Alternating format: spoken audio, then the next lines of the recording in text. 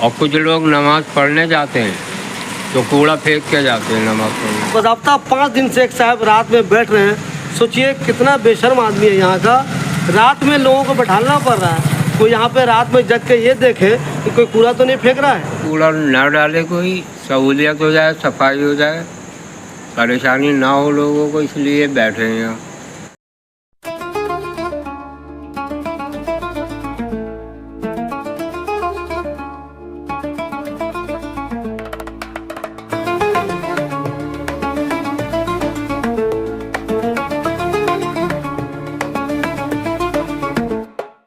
दोस्तों अभी रात के 1:10 हो रहा है। मैं हूँ सनराइज़ पब्लिक स्कूल के पास। इस जगह के बारे में मैंने कई बार आपको न्यूज़ दिखाई दी। कंटिन्यू लोग यहाँ पे कूड़ा फेंकते थे, यहाँ पे और एक वहाँ पे आगे। कंटिन्यू कितना भी समझाया गया, उनको कुरान हदीस का हवाला दिया गया, नोटिस लगाई गई, मस्जिद से ऐलान हुआ, CCTV कैमरे लगाए गए, मगर लोग नहीं सुधरे। अभी फ़िलहाल यहाँ पे कूड़ा नहीं है। तो आखिर कूड़ा कैसे नहीं है, क्यों सुधर गए हैं क्या ये लोग? क्या उनको अकल आ गई है? जी नहीं, अकल नहीं आई है। एक साहब कंटिन्यू बेचारे यहाँ 5 दिनों से यहाँ पे रात में बैठते हैं।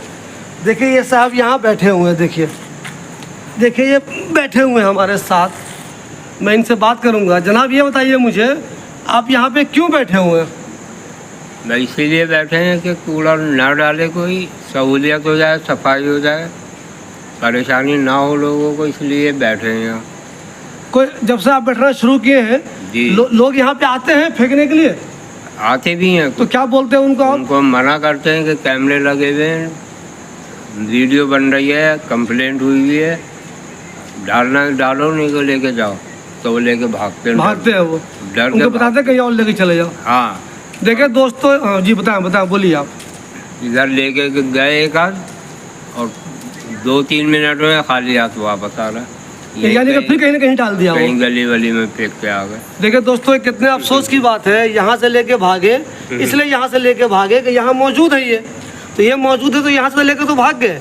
फिर कहीं पता नहीं किसके घर के नीचे डाल के आ गए। ये मुसलमान कितने बेशर्म हैं, खुद को कहते हैं कि हम अल्लाह रसूल के मानने वाले हैं, कुरान को मानने वाले हैं। तो अगर तुम कुरान के मानने वाले हो तो इस्लाम में तो सफाई आधा ईमान है।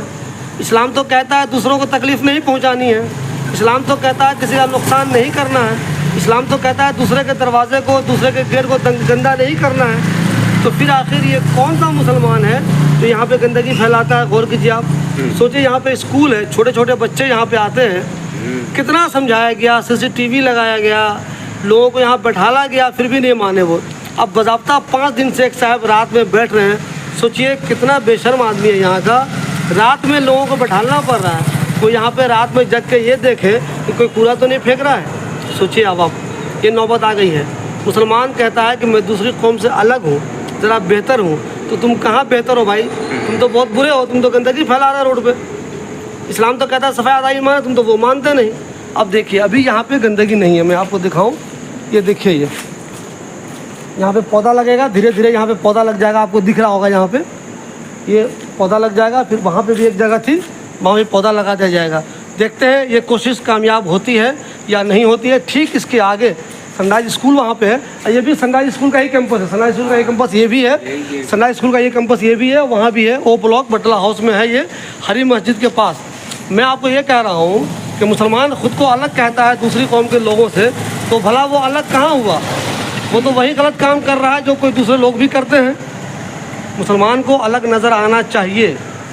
जिस कौम में बताया गया है, जिस मज़हब में बताया गया है सफ़ाई आधा ईमान है, उसके लोगों को कुछ तो अलग नज़र आना चाहिए। देखते हैं ये तरकीब कामयाब होती है कि नहीं। ये साहब बैठे हुए हैं, पता नहीं ये कब तक बैठेंगे। जिन लोगों ने कहा है, ये कोशिश की है, जिनकी ये कोशिश है, उसे वो कितने कामयाब होते हैं। लेकिन इस सिलसिले में जो मेरा तजुर्बा है, मैंने यही सोचा है कि लातों के भूत बातों से नहीं मानते हैं।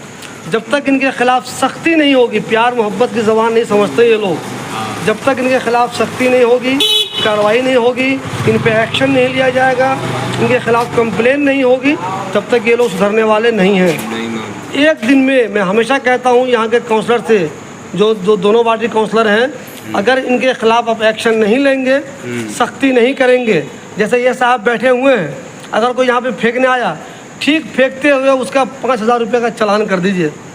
फिर ना तो वो ज़िंदगी में कूड़ा फेंकेगा और जितने भी उसके ख़ानदान में लोग होंगे ओखला में, वो सबको मना करेगा कि रोड पे कूड़ा मत फेंको, नहीं तो ये चालान हो जाएगा। देखते हैं प्यार से लोग समझते हैं या नहीं समझते हैं, और ये बेचारे कब तक कोशिश करते हैं। जी कुछ कहना चाहेंगे आप लोगों से? बस यही कहना चाहूँगा कि ऐसी काम ना करें कि लोग आपको बुरा कहें, और वो ईमान के भी खिलाफ हो काम। बिल्कुल ऐसा काम बिल्कुल ना करें। सफाई सुथराई जो है इस्लाम मज़हब की बहुत ज़रूरी चीज़ है, वरना फिर कैसे आप नमाज़ पढ़ेंगे? गंदगी फैला रहे हैं आप, मस्जिदों में ऐलान हो रहे हैं कि ऐसा ना करें, फिर भी नहीं मान रहे। और कुछ लोग नमाज़ पढ़ने जाते हैं तो कूड़ा फेंक के जाते हैं नमाज़ पढ़ने। अब बताइए ये कैसी पॉइंट वाली बात है?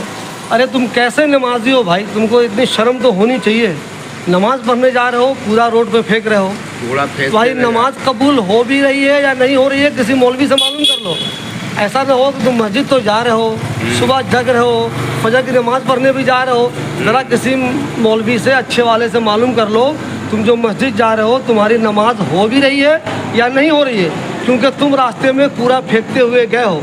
तो ज़रा ये किसी मौलवी से मालूम कर लो। ऐसा ना हो तुम्हारी नमाज बेकार जा रही हो, तुम्हारे मुंह पर मार दी जाए, ये भी हो सकता है। फालतू में तुम सजदे पर सजदे लगा रहे हो, दूसरों को तकलीफ दे रहे हो। तो दोस्तों प्लीज़ जो लोग भी कूड़ा फेंकते हैं अपने आप को सुधार लीजिए, नहीं तो वो दिन दूर नहीं जब प्यार मोहब्बत से बहुत समझा लिया गया, उसके बाद सख्ती शुरू हो जाएगी। चूँकि ओखले की बहुत ज़्यादा बदनामी हो चुकी है, दिल्ली का सबसे गंदा इलाका डिक्लेयर हो चुका है ओखला। अगर आप लोग नहीं सुधरे तो आप लोगों के ख़िलाफ़ वो सख्त एक्शन लिया जाएगा देर सवेर। अपने आप को सुधारिए, इस्लाम को बदनाम मत कीजिए, इलाके को बदनाम मत कीजिए। कुछ लोगों की वजह से पूरा ओखला बदनाम हो रहा है और इस्लाम भी बदनाम हो रहा है। अपने आप को सुधार लीजिए।